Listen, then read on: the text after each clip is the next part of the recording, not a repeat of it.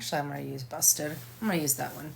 Hey guys, Bullhorn Betty. I'm going to wait for a few people to get in chat. We're just going to have hey Glass, it's nice to see you. We're just going to have just a chit chat. I don't really have a direction. Usually I come here with a whole host of stuff, but I think a lot of stuff has been breaking. We haven't really heard from the Proudfoots or the Bowersox related to the most recent claims. I'm sure you guys are seeing it, that there was an anonymous vehicle that was outside or near the location where all the light sources were going on outside that we were told didn't have any evidentiary value. Well, those light sources just so happened to go toward that vehicle that was parked like near a ditch, no home, just in the roadway. So it's been a little crazy to say the least. And, I said some things, and of course, there's been a few of my commentators on YouTube, because I called it out. Like, people on YouTube have been sitting there stuck and stupid over some nonsense related to Tony and Seth. And here we have an anonymous car, and Tony, 3 weeks ago, was on TikTok here, talking about the possible abduction. I mean, there is an Amber Alert. Obviously, an abduction had been alleged. You can't have an Amber Alert otherwise. But he brought up an anonymous vehicle in that post. And everybody trashed this man, went on everything. I mean, even people overseas that are, highly educated people that have just hit a stupid bus. I'm not going to call her by name, but we will call her by the first name of Michelle. She's going on talking about Tony and this, that, and the other, and was one of the people that trashed him when he came out with this. And it wasn't even his statement. It was somebody else playing it. That told Tony about it. And so I just thought it was really a lot of smoke and mirrors. I tried to warn people about it. I told people that this, obviously, an abduction was alleged in this case. It was obviously tampered down really quickly, because I think they realized, who could be responsible, who those light sources potentially could be, and whose vehicle was out there. We did like a little comparison and overlay of Kathy Bowersox. This right here is Kathy Bowersox. You guys know Chris Proudfoot. This is his mother. And she just so happens to drive a 2019 QX80 Infiniti vehicle.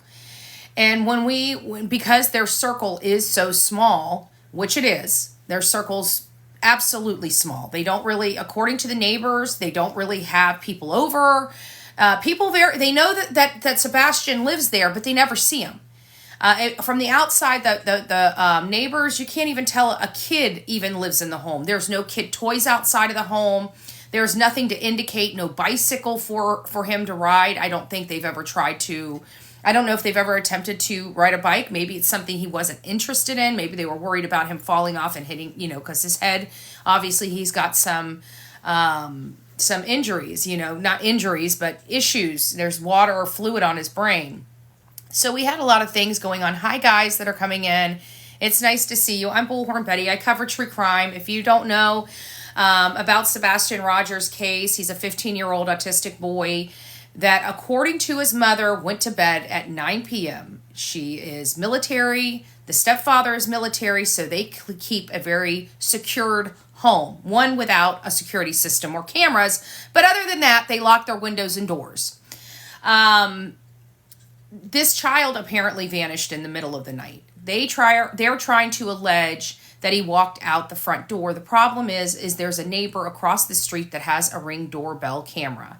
And if he had walked out the door, it would be a hazy image of something. You wouldn't be able to make it out, but you would clearly see a door opening and movement, a shadow, if you will. Maybe not even a figure, but you would see something. If that camera can see a figure inside the home moving to the back of the home to turn off the light, and that camera can see all the lights go off in the house, and that camera can pick up a silhouette in the front window, certainly it can pick up somebody walking out the door. It did not. It did not. We have a sent over at the construction site and a retention pond. This retention pond, or retaining pond, a dog jumped into. They didn't have a hit at the house, but they had a hit over the construction site. I'm going through emails right now of people's theories as to what. Oh, hey, Emma, it's nice to see you. It's nice to see you, my love. I hope you're feeling good today. I miss you. It's nice to see you. But there was a hit over at the construction site and the retaining pond, and I'm trying to figure out how the heck it got there. You know, how in the world did this scent from this boy not be around his house, but be around a retaining pond and a dumpster? It doesn't make sense, because if they can smell the scent over there, certainly they should have been able to follow the scent from the house to there. Why couldn't they? Why is there really, I guess my biggest issue is, now that we know what we saw clearly a car there. We saw lights coming toward the car. We saw another light faintly go back toward the house. We can't really determine what time of the night or morning this was. Everything is alleged to have happened after midnight, which is a curious thing, because, you know, she started calling her husband around 9:43. If he could use his three-way phone to call law enforcement, would he have used his three-way phone, or used the phone to three-way, like, say, his mother or his uncle, or maybe a friend that you call in need, you know? I don't know. Good morning, Beach. Let me go through here and say hi to everybody. We got Joe, Debbie, fishing. Okay, nice, a classy cookie. I love it. Happy Father's Day. Well, good morning to everyone. Good morning to you, Jeff. It's nice to see you, Christy. Beautiful Emma's up in the house. Mama Klein, Catty Cattle. I love that. That's cute. That's cute. You guys got some cute names over here. Nick, it's nice to see you. Beach is up in the house. Tab, it's nice to see you. Jenny, good morning.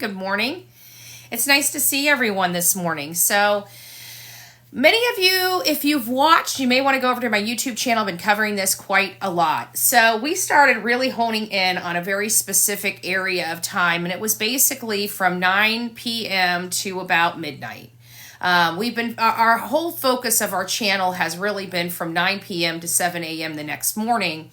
But over the last 2 weeks, we've really been honing in on just the 9 to 12 p.m. mark. We really haven't gone too far after the midnight mark, because there's so much there.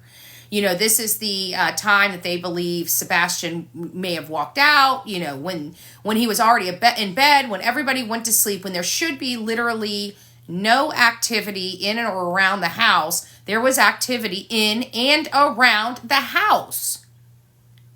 In and around the house. I'm interested into finding out what other lights did they pick up, because if you recall, when Miss Bobby gave her interview, actually, you know what, for the people here, let me see if I can find that interview, and we'll play it real quick. So the people that are here that have no clue what I'm talking about, hopefully you guys will be up to date. Give me just a second.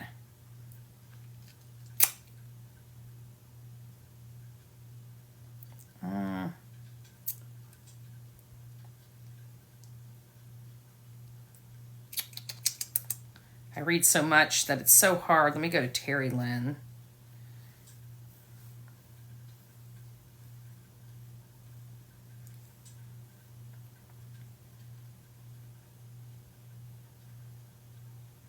Yeah, here. I think it's right here. Do not go.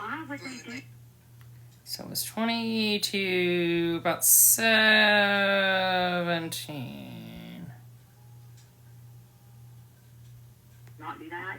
That is not my place. No, leave that to me. That's not my job. Here. Just leave it to me. I'll do it for you. You guys can hear. Do you know anything about a car? I A car. oh yeah, well that was part of what I talked about on. I haven't listened to it yet. Okay, there was absolutely for sure, but absolutely without a shadow of doubt, it's on a neighbor's camera that Right. there was a car on our road, on my road. Right. There was a car. I don't know anything about the car. I don't know. Nobody ever This is told it. me what it looked like or anything like that. But there was a car on my road around 3:30, 4 o'clock-ish in the morning. It drove down my road. It turned right onto Stafford. It sat on Stafford for about 5 minutes or so. Two flashlights came up to the car, Oh, God. walked across yards, and absolutely, without a doubt, it was two flashlights. The neighbor that has it on camera confirmed, without a doubt, it was absolutely two flashlights. It was not, and I'll repeat, it was not. Do I need to do it again? It was not the trash truck. I knew it wasn't. Absolutely, without a doubt, not a trash truck. I The told y'all. neighbor that had the camera Oh, talked to me personally and said, I'm telling you right now, there was a car there. It pulled, it backed up, back onto Kellen, and then drove down Kellen to leave. She has it on camera. Oh, my God. The flashlights were seen going through the yards. Trash trucks don't go through the yards. That's what I said. Thank you for saying that. Trash trucks do not go Why would through they do the that? yards. There's no trash trucks. Thank you. But here's the thing. There's not even trash cans in the yard over where the lights were. Amen. That's a ditch. Why would you put a trash can in a ditch? Thank you. I'm glad you're speaking up because I have argued this right here and I'm not going to stop. So that's what we're talking about right there. Okay, so this right here is the image. We've got several videos. And so we started to match this, okay? And so we started looking. Obviously, the pool that we're pulling from is not... let's see if I got this. Hold on. I thought I put... Yeah, here we go. So you can't see it. But we're pulling a 2019 2019 QX80. And so we overlaid it. And the overlay is almost, I mean, it's not perfect because this is, as you can see, this is kind of angled in, like the way it is. I had to straighten it up. This is the original photo right here. So it had to be straightened up. So I had to get it straight so we could see what we're looking at. And there's like this very noticeable, like, indication right here, like a step down right here on this car. And so when we are looking at the back end of this 2019 QX80 Infinity, we can almost match all these up. Even this little dot down here, they're on the bumper of the Infinity QX80. It has like a decorative indentation. And this little dot right down here fits right into that indentation, almost like a glove. Now the front is not exactly angled right because again it needs to go in just a little bit, so it would move that butt just ever so slightly. But the actual side view of it, we've got it almost matched perfectly. I'll see if I can pull. I don't know if you guys will see it. I tried to do this the other day. It didn't work well. But let me see if I can try to get it to work here. Let me go back home.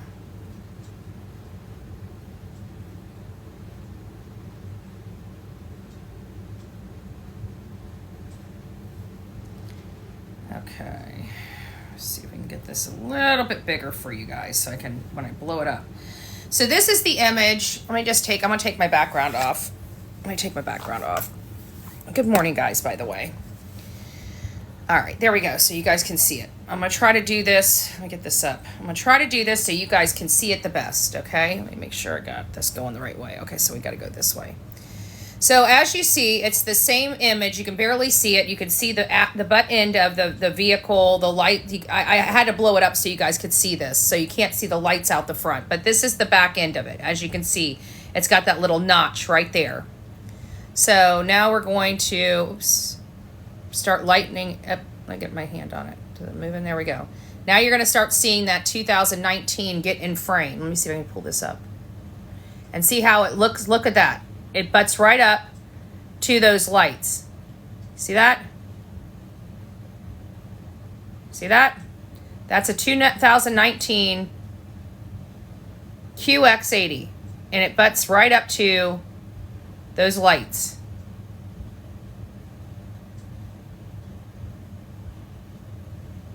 See that? So this is, you know, what I believe could potentially be Kathy Bowersock's vehicle. Now, I can't say with 100% certainty. Obviously, we're dealing with a shadow here.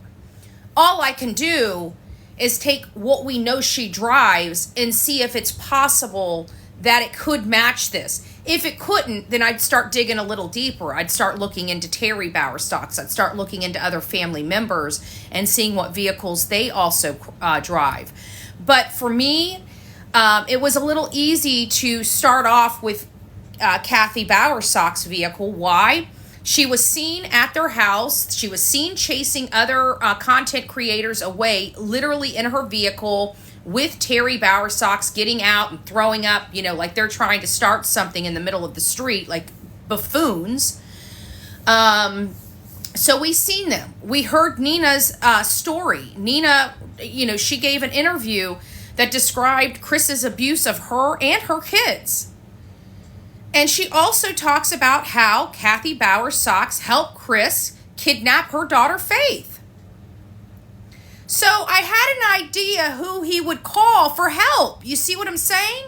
So, you know, it's not like we played around with this too much. I mean, we did play around with it because, you know, we actually did this overlay live on YouTube because we found out about this car and people were like, well, you know, she drives XYZ. And I'm like, well, what does she drive?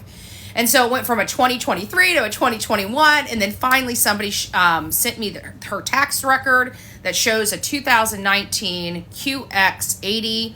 So that's what we ended up rolling with, was the 2019 QX80. I also noticed blowing up images of their actual vehicle, that on this side of her bumper, it looks like she also has some type of damage on that side of the bumper. It looks like there's a few dings on the back side. So if there's any back images, at least, you know, some clearer images of the back of her vehicle, they'll know for certain because she's got dings. And I'd have to think that those dings and scratches and stuff, which would have, clearly she has problems backing up. She seems like she's one of those people that back up until she nudges something. then it's time to pull forward. I don't know.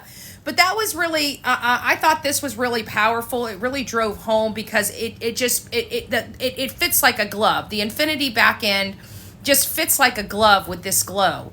And it's hard to dispute because when we put it here, even though the front needs to go in, I don't have 3D imaging, 3D software. I do, but it's on a computer it's a long story. So I can't pivot the image in and fit it just right. But I can get the back end to line up. I just can't get the front in to fit the thing. So the front end doesn't really just line up right with the lights. But again, I'm just looking for the silhouette, right? The back end silhouette. And the back end silhouette we can match. And the back end silhouette fits this image here like a glove. So it's is it concrete? No, it's not. But I can't, and somebody needs to probably maybe analyze this because I don't think this here is really found on any other vehicle other than, I'm sure that some have a step of sorts, but I'm pretty sure the design of the back is different. So we need to find out if there truly is. I haven't found one yet that gives us this step pattern because I'd like to see if we can fit it in here because I have a funny feeling it's not going to fit. But I would like to at least try to apply to see what we can get on other, but it fits an Infinity. It fits an Infinity. Just FYI. I was wondering if there's any footage of them going to Alaska. Honestly, in today's society, yes, I have to believe if they drove anywhere, then yes, they would be there, because the drive there's multiple, tag cameras, there's, highway footage, like they have, like all the U.S. Department of Transportation installs like all these cameras on the interstate, because they got to be able to watch traffic control, or in case an emergency happens or whatnot. Because once upon a time, we used to have like cell phones, or not cell phones, but phones on the side of the road. So if you were ever on the interstate and there was an emergency, you would only have to walk. I think there was a phone every like 2 miles or something like that on the side of the road at one time or something. I can't remember. Maybe not every 2 miles, but it was definitely periodically there would be poles, like phone, like light posts that had phones on them so you could call. Well, now they have cameras, so they watch the cameras. The booths, the toll booths, they have cameras. Yep. So I think, just logically thinking of it, is there any footage of them heading to Alaska? Yeah, I have to think there is. Do I know? Hey, Cooper, it's nice to see you. Do I know that for a fact? I don't, I could probably trace it if we knew what route they took. We could probably, identify, multiple cameras and probably multiple tag readers across their path. Classy, the Bower Sox, like 2 days after this broke off, they took off. And they said it was for work. I'm not sure if it was for work anymore. I'm just saying, guilty conscience. Guilty conscience. The Bower Sox ran away. The Proudfoots ran away. I mean, like all the behaviors, the red flags, the key stuff that we're looking for was there. That's why we were all looking at these people, is because the behaviors that we attribute to guilt and attribute to doing something wrong was being displayed by the Proudfoots and the Bower Sox.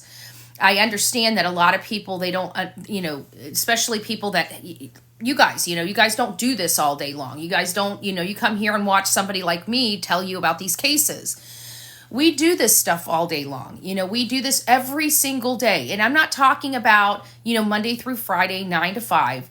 If you guys notice, there's sometimes I go live in the middle of the night.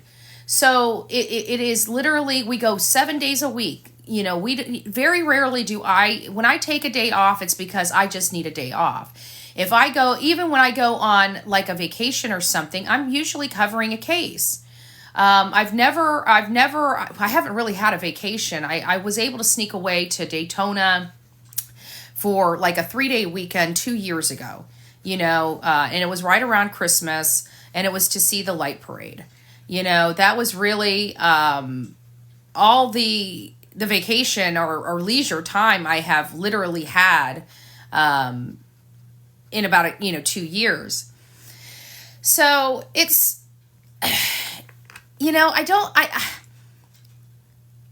these people just don't make sense to me. At the end of the day, we have the Proudfoots leaving, the Bower Sox leaving. I'm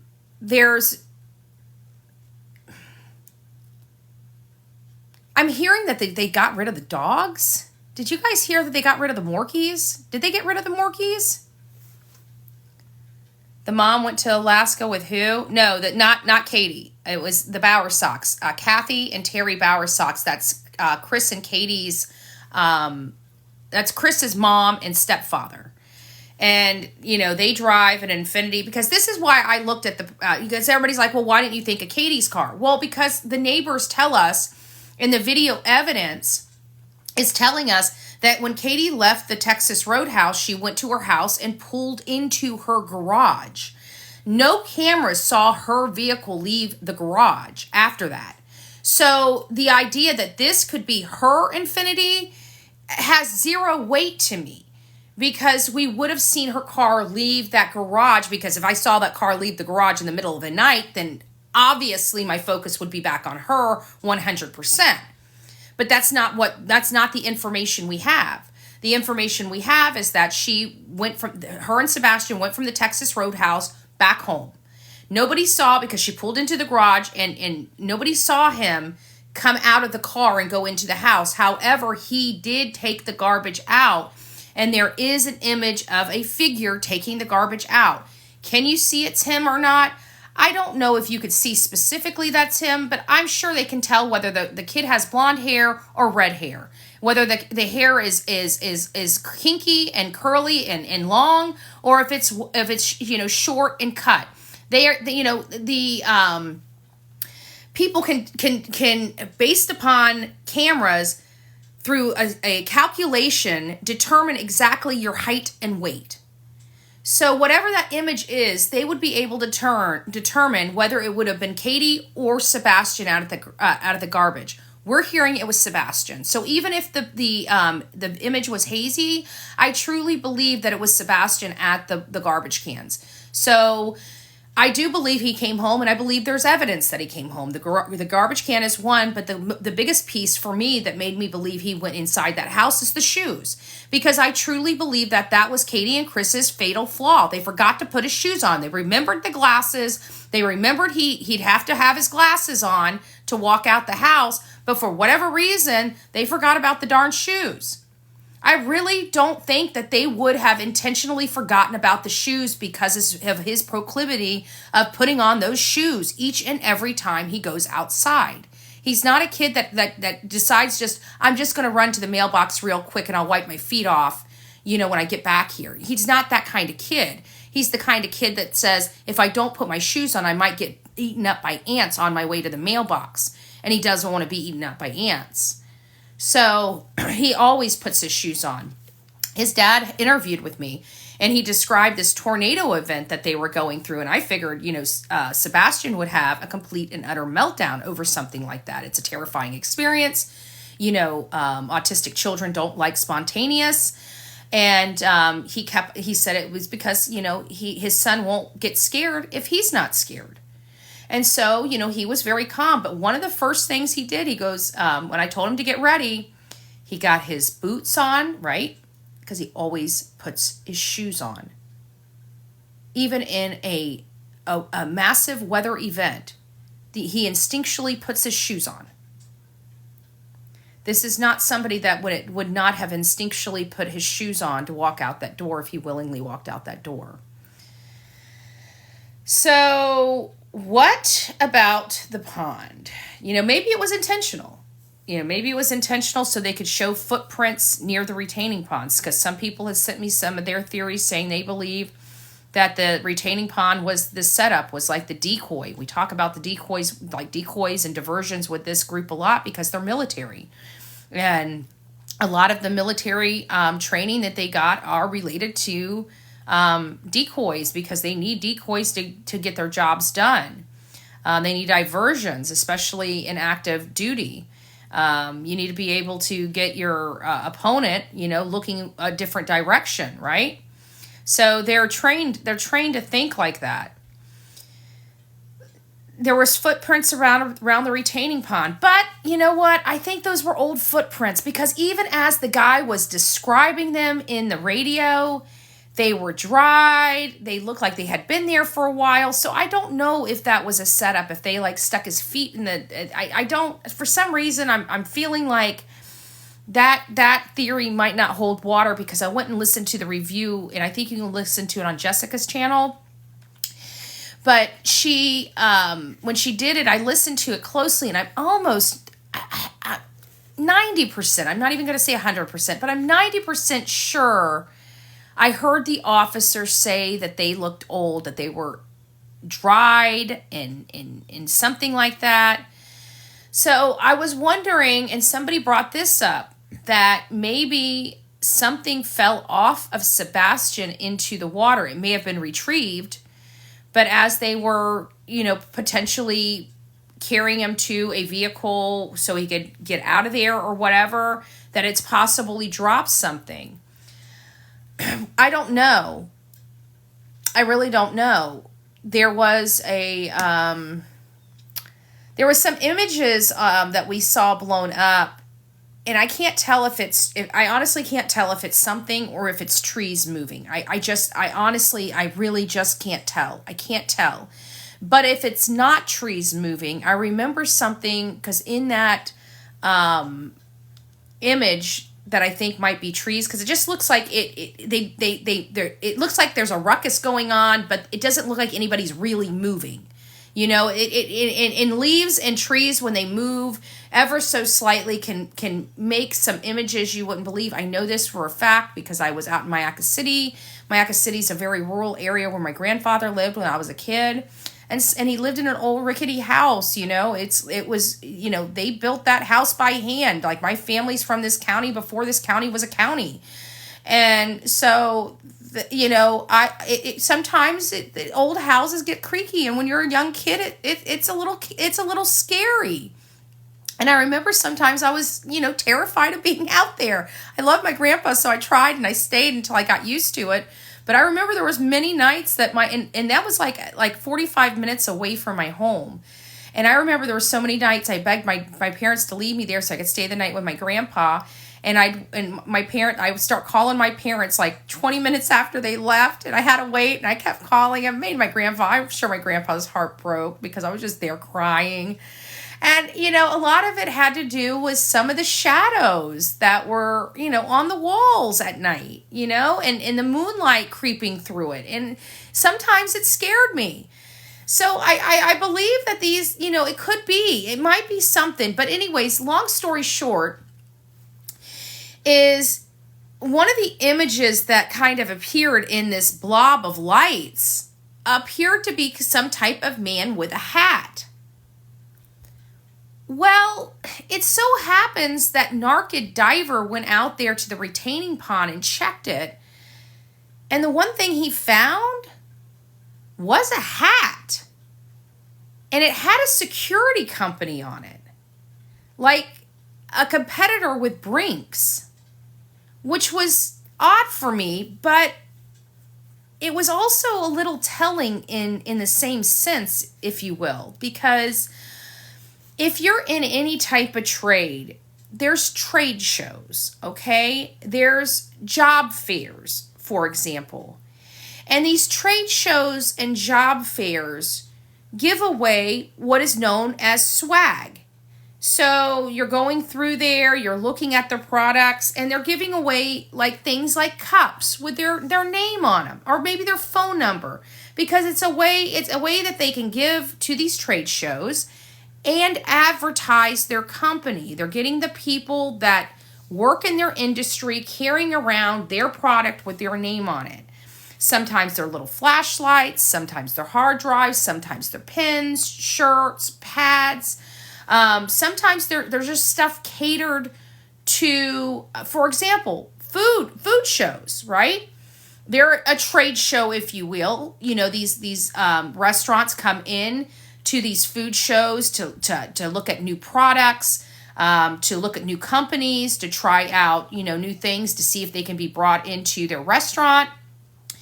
And they're, you know, some of them give out, you know, swag. Like I've got a little soup dish that it's a cute little soup dish, and it has the company's name on it with the little spoon in it.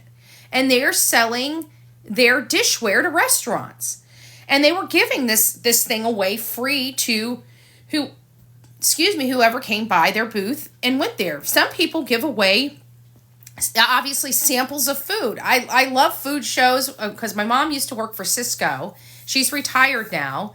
And I used to love going to the food shows. Like, they always needed volunteers. I had to give like 4 hours of my time, and I could enjoy the entire food show and like literally eat. I'm a foodie.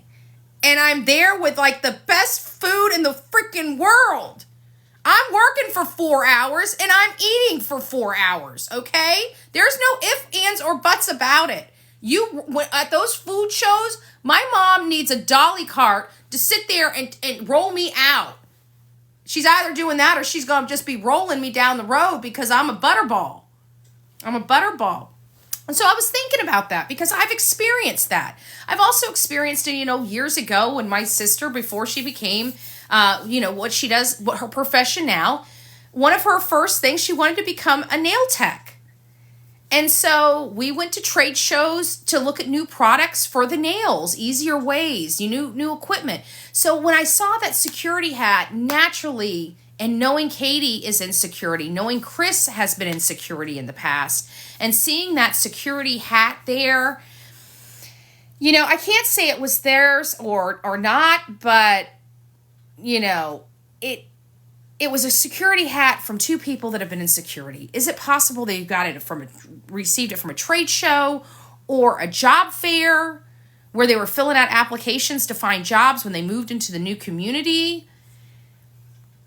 It's something to look at. What name brand was it? I can't remember the name on I just remember it was a security. We have to go back to Narca Divers footage because he recorded all of it. He recorded himself walking the retaining pond.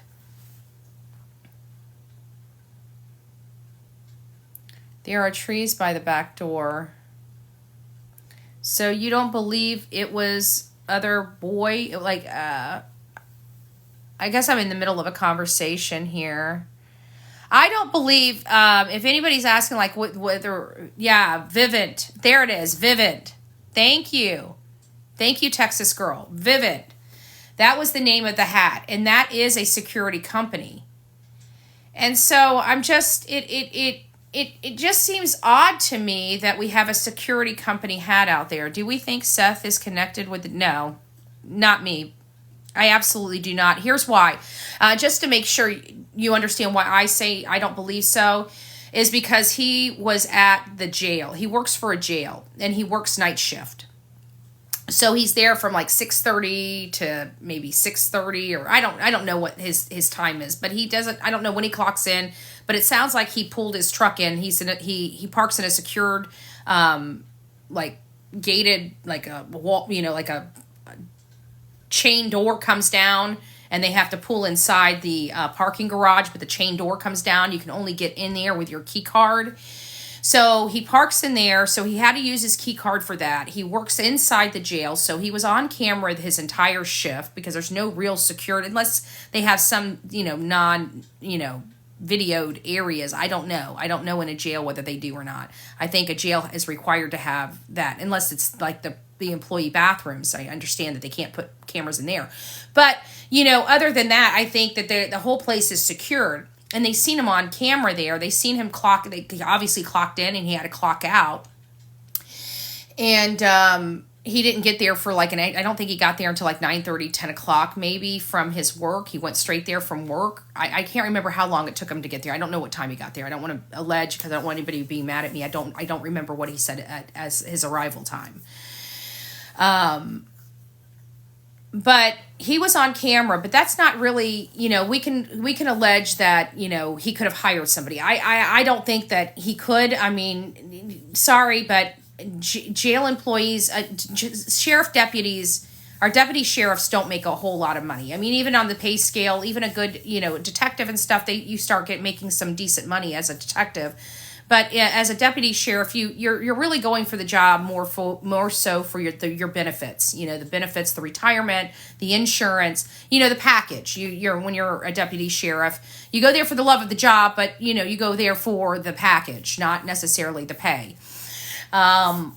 So I don't know where he would have gotten the money to pay somebody, but people, if that's what they want to allege, that's what they want to allege. But what closed my mind even on that theory is the fact he did take a polygraph test. He took a polygraph test with a FBI trained administrator, and that FBI trained administrator came on the Nancy Grace show and said that he passed his polygraph test. And I know part of their polygraph test into a case like this, the question of any kind of connection to maybe a third party going and getting his son on his behalf would have naturally been asked in an environment like that. So he passed his polygraph. And so by him passing that polygraph, I think it kind of clears any possibility of him paying a third party out of my mind. Now, can somebody pass a polygraph? We can. I can honestly say that I do believe someone. I don't think they can pass it, but they can muddy it up enough that it would be inconclusive, if that makes sense.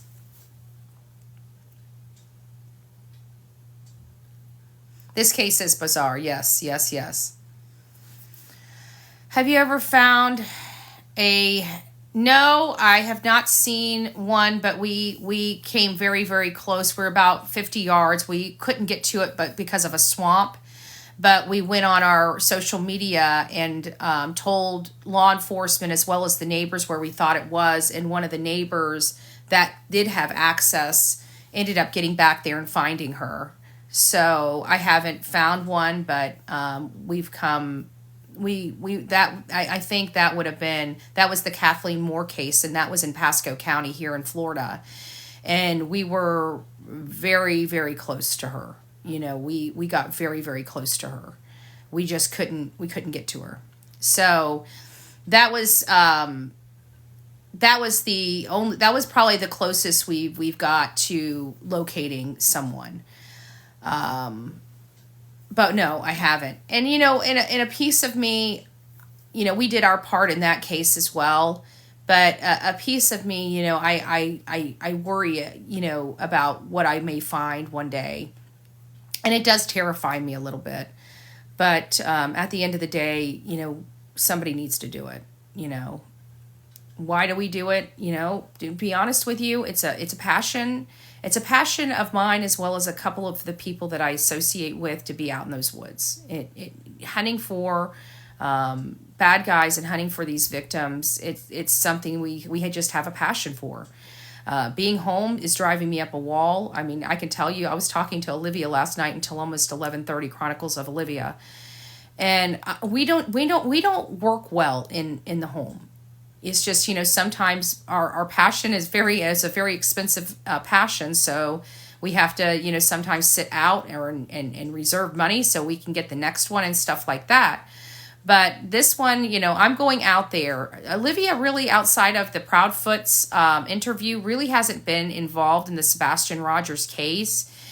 And I know she's just a sweet person and she doesn't like the chaos and stuff like that. So I'm not sure if I'm going to have her out in the woods with me on this particular case. I'm trying to get her out there because I could really use her and Mom's help. But, you know, they have another case that they're going over, and she's been... we were going over that last night. I was having some I was trying to get up there to talk to the family. We've been covering or looking into this case of a boy that disappeared under suspicious circumstances a couple years ago. And the case has kind of gone cold, and the family's trying to renew the efforts in the case. But I was having such audio issues, I could not get in there to talk to them or ask any questions. So she ended up calling me after the live was over, and her and I were chatting. And it's just like, you know, her and I just thrive the best in the woods. You know, we found a lot of stuff. We like being out there in the community. We like people seeing us. We like people trusting us to walk up to us and tell us their stories. The stuff that we get when we're in the field, we would never get sitting at home. There's no way. We'll be out there searching, and some stranger will just walk up to us and start telling us information that they know and have. They just want to unleash it off their chest, and they don't want to be involved. So there's a lot of benefits. There's a lot of benefits with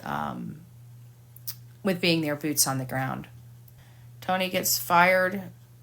Did Tony get... No, I don't know what people are talking about, honestly. To be honest with you, I have no earthly idea.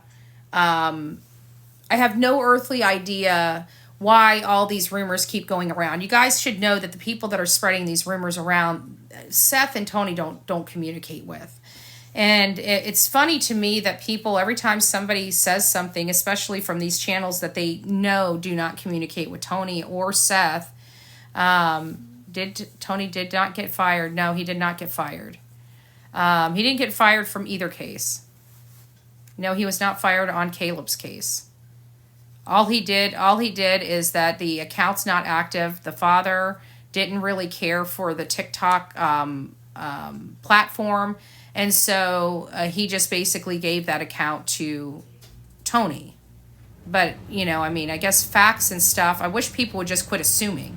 This is what drives me crazy about things. Instead of just like Tony is ultra, like you can just reach out to him and ask him questions. Like he'll answer your questions. You don't have to guess. You can find him on Facebook. Just type in Tony Mathis. You'll see his face. You write him a message. He writes you back. Like you don't have to guess at this stuff. And people just automatically assume, and they just want it. They say, oh, look over here. He took this whole account. Let me run over here. He was fired. It's like he wasn't fired. He talks to the man. The case is it's slowed down. You know, unfortunately, Caleb Harris' case is like many of the cases that we cover. They go cold until somebody comes up and stands up and speaks up. Caleb's case is not getting the attention that it once did. There's some things going on in it. You know, we pray all these victims are found. You know, we want all these victims found. But Caleb's case, we just need to re-energize these cases. And I truly believe that especially when Chronicles of Olivia gets involved, I mean, you get good results. She does a good job. She does an amazing job. You know, I have never seen somebody have such the creativity that Chronicles of Olivia has at her age. Like her gift, what she does. I know you guys love the final product, but you don't have an appreciation for the quality of product you're getting from Chronicles of Olivia. Like she is like HBO producer, director, you know, like quality. I mean, I want to put that out there. Like she's movie quality. You guys get that? You guys, she's movie quality. She's producer and director quality. She is amazing with her gifts. She's amazing with, it is a artwork for her. She is like a perfectionist when it comes to her gift and her art. She will literally spend 12 hours to make your 3-minute clip absolutely perfect. I don't have time for it, okay?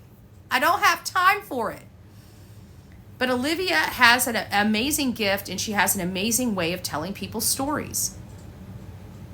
And so, you know, I love what she does. I absolutely love. She does inspire me to do better. I have to be honest with you. Working with Olivia inspires me to do better. She's taught me a lot along the way. I've taught her a lot along the way. You got to remember, Olivia, once upon a time, was a very, very shy shell of a girl. And seeing her last night running her live and talking and communicating and you need a Chronicles of Olivia. Go look at her stuff. She's one of my, I travel with her a lot. I travel all over the country with her. She just has this gift. I have the gift of gab. She's got the editing gifts, okay? She's got the dope editing gifts, okay? I got a mouth, okay? Mine came easy. I was born with mine. Well, I guess she was pretty much born with hers. I truly believe Chronicles of Olivia was born with a computer. I think she came saddled with a computer when she came out of her mama. I really do. I don't know why I have this feeling, but I just have a feeling that she popped out with the computer in her hand. So, but you know, she's going to do amazing. She's going to do amazing. She really has a talent, that's for sure. So we'll be getting on to that. So for Sebastian Rogers, guys, again, a 15-year-old boy that disappeared from his home. We're putting the case together. It sounds like, you know, I always had a feeling that Kathy and Terry were there somewhere. I felt like they were there somewhere. And like this car, I feel like is gonna bite them in the ass. And you know what? Oh, don't go nowhere. Oh, don't go nowhere. I forgot about this. You guys are first to see this. I was going to do it on my live, but my live on YouTube, which I'm going to be doing right after this. But, holy smokies. Speaking of Chronicles of Olivia, this video that she had of Chris and Katie Proudfoot. I want you to look at Katie's face when he's talking about the light source. She looks like I effed up. I didn't notice it before because I didn't notice what I was looking for. This is why it's so important to look at those interviews all the time, because now we have new information back here that we didn't have when we watched the interview. Now we rewatch the interview. Guess what? We're getting something out of it. Why? Because we now know this information here, and this right here means something now. It didn't mean something before, but now that we know this information back here, it definitely means something now. So, let's look at this. Let's look at this.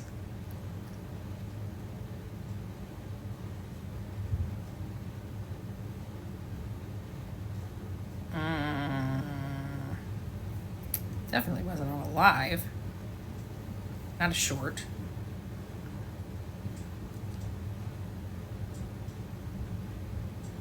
There it is. Sebastian. What I can tell. There's a lot of speculations about that video that are floating on the internet. Okay. We are just going to focus on yours truly. Let me take the background off so we don't even have to worry about it. Hold on. There we go. Oh, come on. Play it.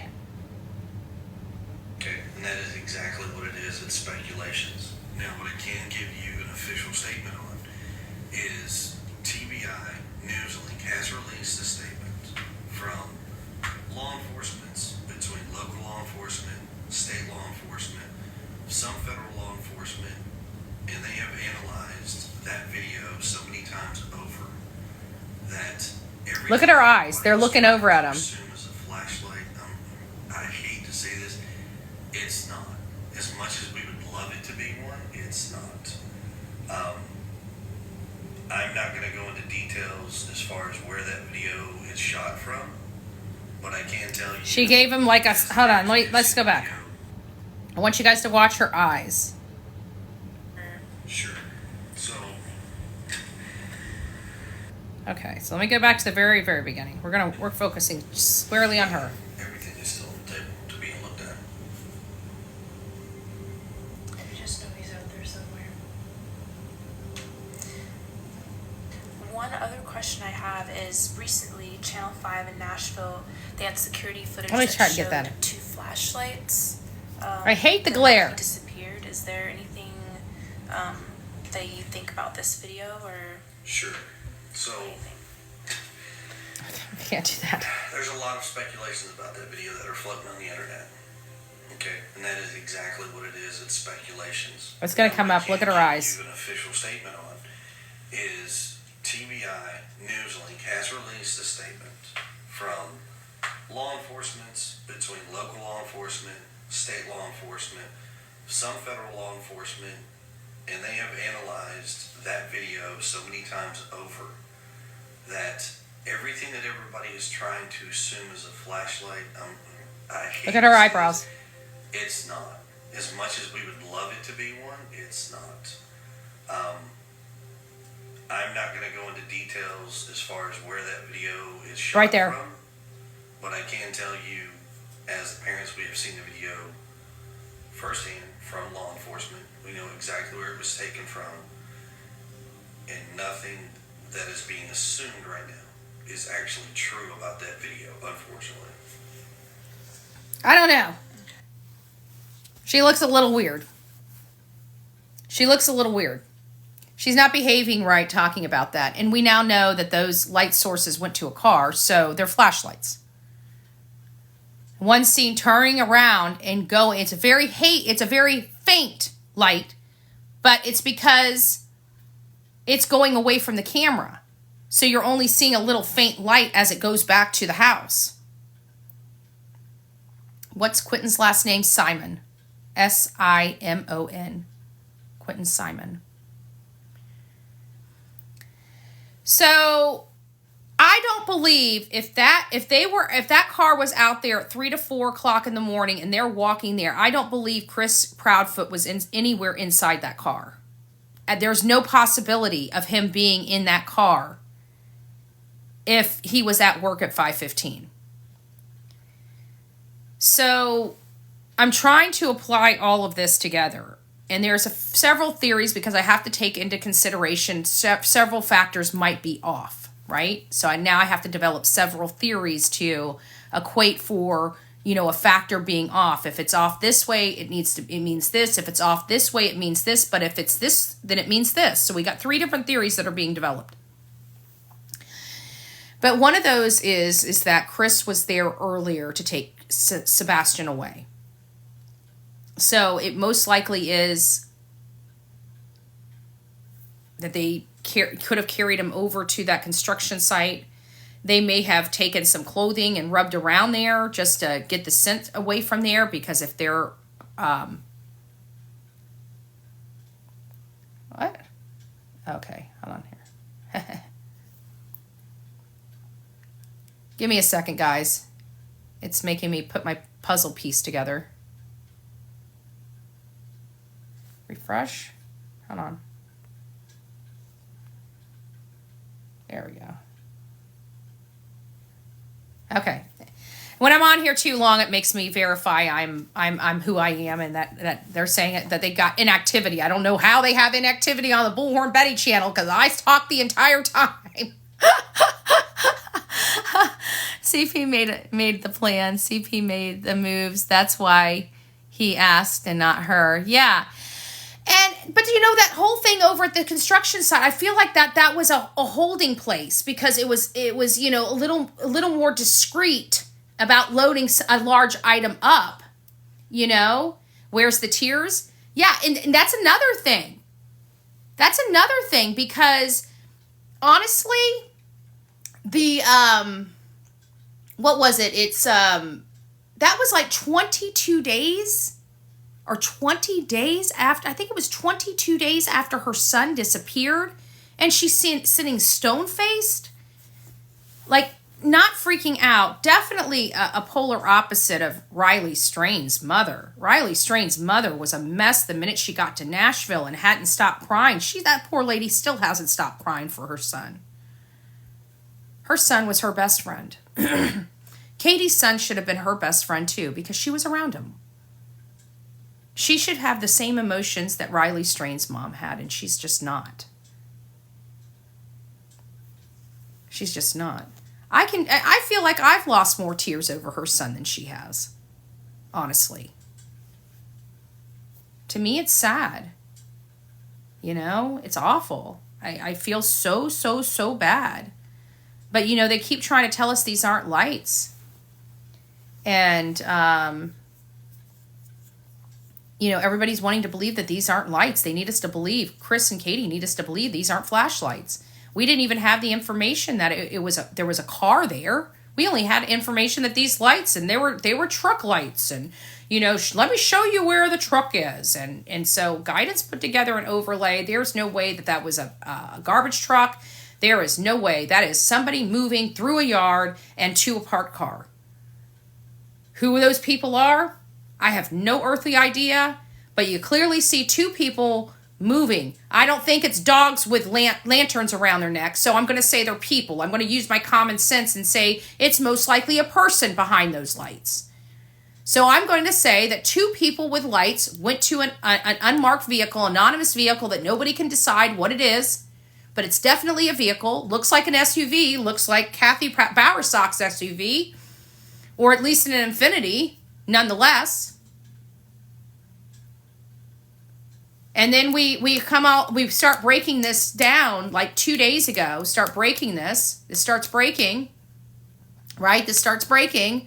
We do an analysis of the halo, the light radiating off the back of the vehicle. We do a match. It appears that it could match almost perfectly to Kathy Bowersock's back of her vehicle. And now we have silence from the Proudfoots and the Bowersocks. The Proudfoots haven't been on their cockroach channels that are there trying to, save their butts. They went silent. We have some groundbreaking information. This blows their entire story out of the water, and they're silent.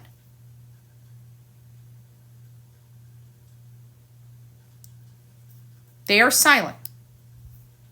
So I would have expected them to come out and started, because they started insulting me. I knew once I start getting insulted by these trash channels on the behalf of these parents, I know I'm on the right track. As soon as they start slinging insults at me, I'm on the right track. The bottom line is these trash channels, they would never be able to come close to doing the type of work I do. So they can just sit in their little corner, take their little tiny little, their little community, and they can sit there and trash me. I really don't care. You could never do the stuff I do. Will you go over the new information? There's not a whole lot of new information other than we found an anonymous car. We've been looking for a way of this boy being exited out of that house. I have been searching diligently to find a way how this boy left that house. And now we have a way of this boy leaving that house. I now clearly have a defined way that this boy could have been removed from this property. I think this was two-part. I think that the shadow that we see here, let me put this back up.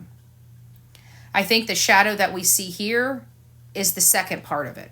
I think this was the cleanup aspect. I think this was the latest part. This is when they needed to get they're running out of time. They need to finish up cleaning up the house. They need to get everything, the last bit of evidence, out of the house and load it up into this vehicle and taken off. I honestly believe that they need, this was the cleanup. I don't think Chris was here. I don't think Chris was in this vehicle. Something's telling me, because the lady's saying that this happened at 3 or 4 o'clock in the morning. Chris could not have been inside this vehicle at 3 to 4 o'clock in the morning if he's at his work inside a train at 5:15. So that means that something had to have happened earlier, because I believe Chris came back to help his wife.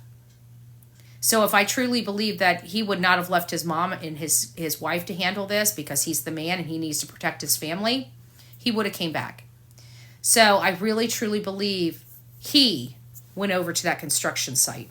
I think he had his car over there at that construction site. I think it was him that transported Sebastian out, and he used the construction site to load Sebastian up and remove him from that area.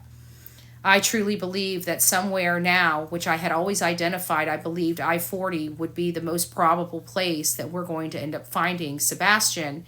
And now with these new revelations, I do not believe Sebastian is as close to home as we once thought he was. Do I know that for a fact? No. I'll get a sense of where I need to be once my feet hit the ground. I'll get a sense of it, like literally. Usually it's immediately, sometimes not immediately. Sometimes I got to do some legwork, and then I get a good understanding of what's going on. But I wanted to give you guys at least the information. I just wanted to be kind of low-key, casual conversation in here today. I didn't really want to have an agenda. Just talk about the stuff that we know. Maybe they drowned him. That's why he had scratches. And yeah, I was thinking about that. Somebody was asking me, do I think he was coaxed out of the house, like maybe his mom coaxed him out of the house? And so I really did process that. And the answer I came up with is, if he did, even if he followed his mom out of the house, he would have stopped and put his shoes on. He would have instinctually stopped and put his shoes on. It's the shoes. The shoes are what's getting me. The shoes are what's getting me. This is where I think they effed up, because I think I think whatever happened after he was told to go to bed. So he's not going to be in shoes, and so everything, like I say, you have an oh shit factor. That's what makes me feel like this was not premeditated, is because I can see sloppiness here in all of the perfectness of this cleanup. And I've always said and maintained from the beginning, I think the lack of evidence is the most damaging evidence, because to somebody like me, when you have no evidence in a situation where you should have evidence, it implies cleanup to a person like me. So I have always, and I've said that over and over and over again. You can look at every single one of my live when we talk about evidence. I say the biggest part of this evidence, no evidence, is the fact that it implies to me that there is evidence. Hey, Magga, it's nice to see you, my love. Nice to see you. So I don't know. We'll find out. But I can tell you, the Bowersox butt of their vehicle matches the butt of this vehicle. I can't tell you whether it was them or who was driving that vehicle, but I can honestly tell you if this vehicle was there at 3 or 4 o'clock in the morning, Chris Proudfoot would not have been in this vehicle. Something to think about and something for you guys to apply in your theory. All right, guys, I'll be back later today. God bless you, and we'll see you soon.